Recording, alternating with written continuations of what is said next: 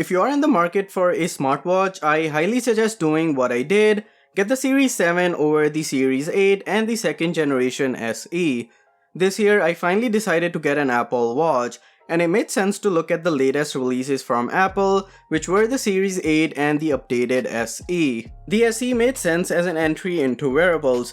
It's not as expensive as the Series 8 and has most of the features I would need, but it lacks one of the most needed features in a smartwatch, which is the always-on display.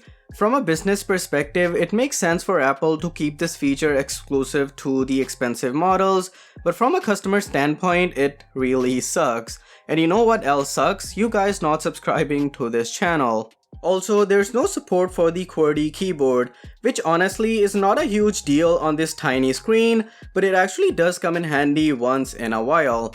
Then there's the smaller screen size with those big bezels and the quote-unquote nylon or plastic back. Hence, after a lot of debating, I decided to go against the second generation SE. Next up was the Series 8, which made sense to get over the SE because it has an always-on display, a larger screen, and a more durable casing. There are the new temperature sensors, which won't come in handy for a male, and there's also crash detection, which I hope I would never need. Add to that the biggest obstacle in getting the Series 8, which was the price.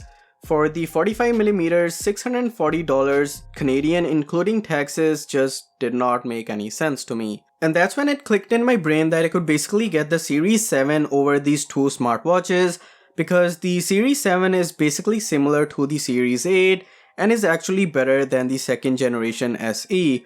Plus, in that process, I could also save a few $100s. I tried looking so hard for a good deal on this smartwatch during the Black Friday sales, but unfortunately most sales were on the 41mm green and product red casings, which I did not want. And being the impatient person I am, I could not wait until Boxing Day because I feared it might be out of stock in most places. That's when I decided to jump onto Facebook Marketplace and I got this 45mm Midnight Blue Edition GPS for almost $400.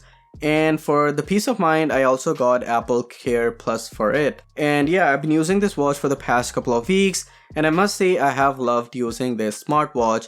The always-on display is such an essential feature for this watch, and I feel like Apple should have introduced it in the second generation SE, but Apple being Apple won't do so.